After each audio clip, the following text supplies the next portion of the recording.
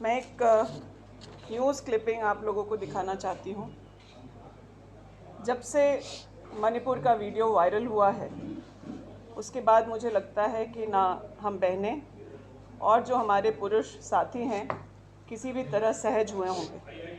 उसी बीच जिस महिला को परेड कराया गया था, उनके सैनिक पति का एक बयान आया है जो हम लोगों को हिला करके रख देता है।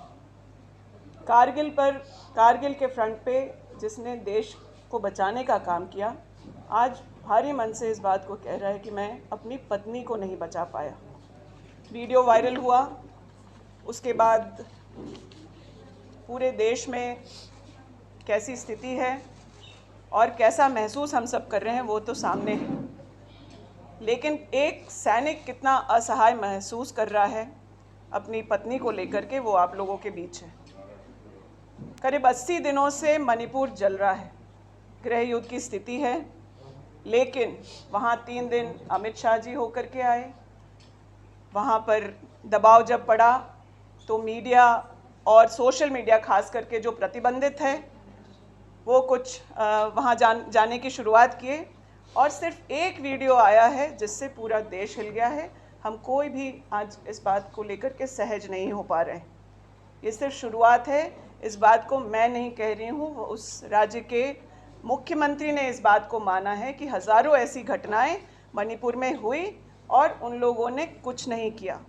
इन दोनों महिलाओं को भी पुलिस की गाड़ी से नीचे उतार करके भीड़ लेकर के चली गई, ऐसी बातें भी सामने आ रही हैं। लेकिन इन 80 दिनों में कितने राज्यों में जाकर के प्रधानमंत्री ने चुनाव प्रचार किया, कितने विदेश दौरे किए, यह सब भी हम लोगों के सामने है। जब पूरा देश प्रधानमंत्री की तरफ, गृह मंत्री की तरफ और महिला बाल विकास मंत्री की तरफ देख रहे थे कि ये वीडियो आने के बाद तो कम से कम कुछ ऐसी बातें करेंगे जिससे महिलाओं को कुछ सहानुभूति मिलेगी, उनको लगेगा कि इस देश में उनकी चिंता करने वाला भी कोई। लेकिन जो बयान आया वह यह बयान आया, सदन की सीढ़ियों से बाहर आया, और वह भी बयान इसलिए आया क्योंकि स्वतः संज्ञान लेकर जस्टिस चंद्रचूड़ ने अपनी बातों को रखा कि अगर सरकारें काम नहीं करेंगी, अपना राजधर्म नहीं निभाएंगी, तो वह बाध्य होंगे इस पर कार्रवाई करने के लिए। 10 बजे चंद्रचूड़ जी का बयान आता है तो 11 बजे फॉर्मेलिटी के लिए देश के प्रधानमंत्री सदन के बाहर 32 सेकंड का अपना बयान मणिपुर के बारे में देते हैं और बताते हैं कि वो क्रोधित और दुखी हैं। यह क्रोध और दुख पिछले 80 दिनों में पूर्वोत्तर राज्यों के एक महत्वपूर्ण राज्य मणिपुर के लिए क्यों नहीं आया, इसका जवाब भारतीय राष्ट्रीय कांग्रेस चाहती है। भारतीय राष्ट्रीय कांग्रेस लगातार और हमारे सभी वरीय नेताओं ने सदन में इस पर चर्चा करने की बात कही, लेकिन सदन के अंदर चर्चा करने की बात पहले भी, चाहे वो अडानी के मामले पे हो, महंगाई के मामले पे हो, बेरोजगारी के मामले पे हो, इन बातों पर जो इस देश के मुद्दे हैं उस पर चर्चा ना करना इस देश के लोकतंत्र के सबसे बड़े मुखिया, आज जो देश में प्रधानमंत्री बने हुए हैं, उन्होंने इस चर्चा को महत्वपूर्ण नहीं समझा।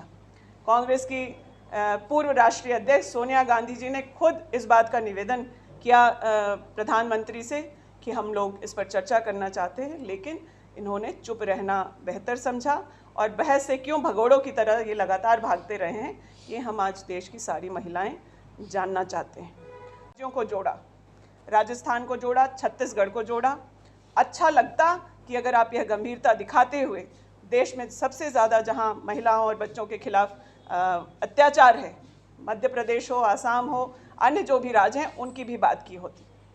मध्य प्रदेश में, दिल्ली में, छत्तीसगढ़ में, झारखंड में, राजस्थान में, इन सभी राज्यों में महिलाओं के प्रति जो अत्याचार है वो ज़रूर एक गंभीर विषय है, लेकिन जब वहाँ कोई अत्याचार होता है तो प्रशासन और लॉ एंड ऑर्डर की क्या स्थिति होती है या क्या कार्रवाई की जाती है, उस पर भी एक नज़र डालना पड़ेगा।